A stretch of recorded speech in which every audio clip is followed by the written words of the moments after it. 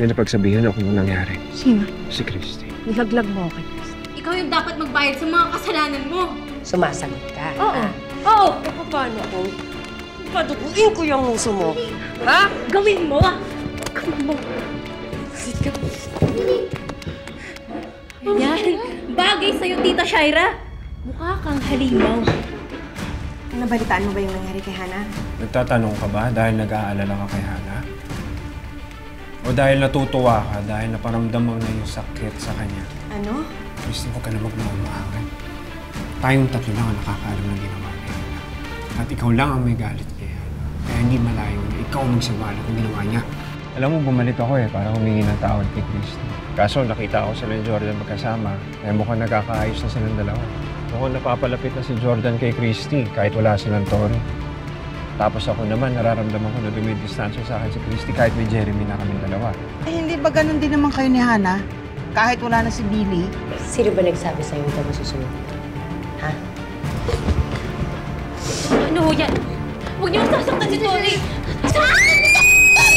Ba't ang hilig mo pumapel? Hanggang ngayon ba may problema ka pa rin sa akin? Leon! Jordan, tumigil na kayo! Sabi ng tama na yan! Bakit ba tayo tapos? Ano? Huwag na! Silent ka! Tumigil kayo! Para yan! Kasalanan niyo! Sige! Ano? Eto! Tumalog na ako sa barangay! Ipapahuli kayo ni Ang Carmen sa pulis pag hindi pa kayo alis! Ano? Ano, Hana? Kalalabas mo pa lang ng presinto pero mukhang pabalik ka na. Di pa tayo tapos. Lucia, pumasok ka na. Pumasok ka na!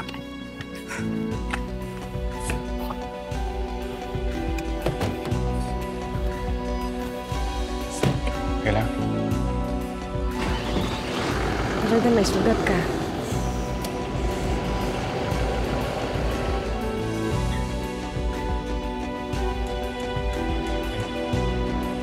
Salamat, Ate Mandy.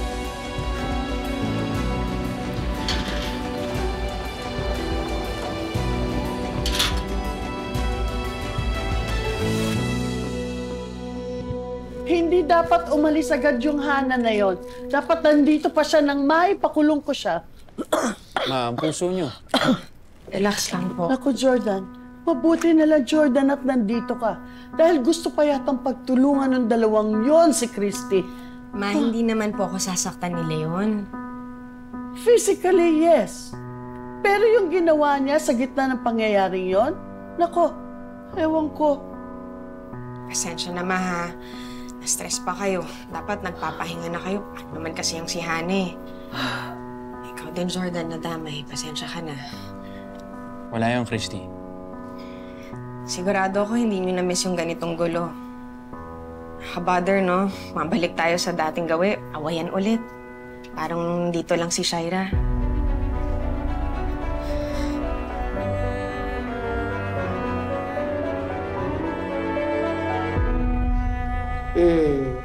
Dahil cooperative kayo, pwede na kayong kumain.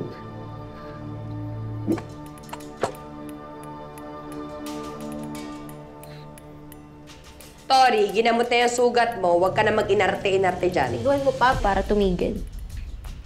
Alam mo ikaw, isa pang sagot mo, gutom na naman aabuti ninyong dalawa.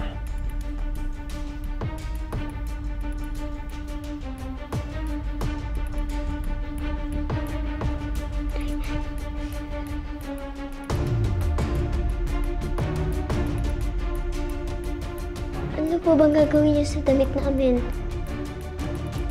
Gusto mo ba talaga malaman?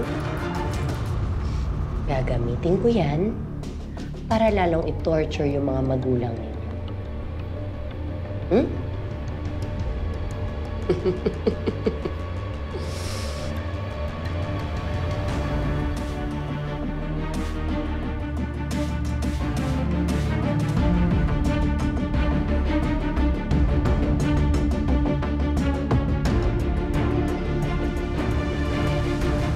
O ano sabi ng abogado mo? Paano ka didepensahan sa korte?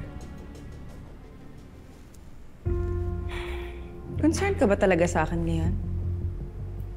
Or are you just with me so you can rat me out to Christy later on? Ana, Hindi talaga ako makapaniwala eh. You're siding with me? Hindi kay Christy? Alam mo, kahit patay na si Billy, pamilya pa rin tayong dalawa. Mag-asawa tayo dati, kaya nag-aalala ako sa'yo.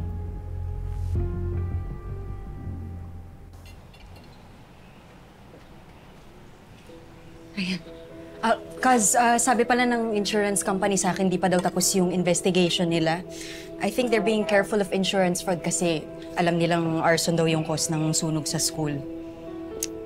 Well, cause kahit naman makuha natin yung insurance, hindi pa rin sapat yun para mapatayo natin yung school. Thank you. At laki pa rin ng kakailanganin natin na pera. Naiintindihan ko ano yung ginawa mo kay Shaira. Ako man, ginusto ko namang gumanti. Ginusto kong patayin ang lahat ng taong nanakit sa mga taong mahal ko. Pero alam mo, hindi ko magawa yan eh. Dahil pinipilit ko na magbagong buhay. Cause I'm really sorry, Dahil sa akin, nadamay na yung pangarap mo, pati na yung investment mo. Sobrang sad. No. That's nonsense. Huwag ka mag-sorry sa akin, okay? It's not your fault. Sa totoo lang, kasalanan to ni Hana lahat. Mabuti na lang din siguro na hindi muna natin ituloy yung pagpapatayo ng school. Di ba nga, binantaan ako ni Hana. Hindi pa daw kami tapos. After everything, ano pa bang pwede niyang gawin? Siya nagsasawa.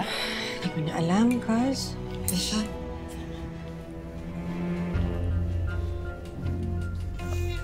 Ay, nako, Leon. Yung pala mo nang nagustuhan ko sa'yo.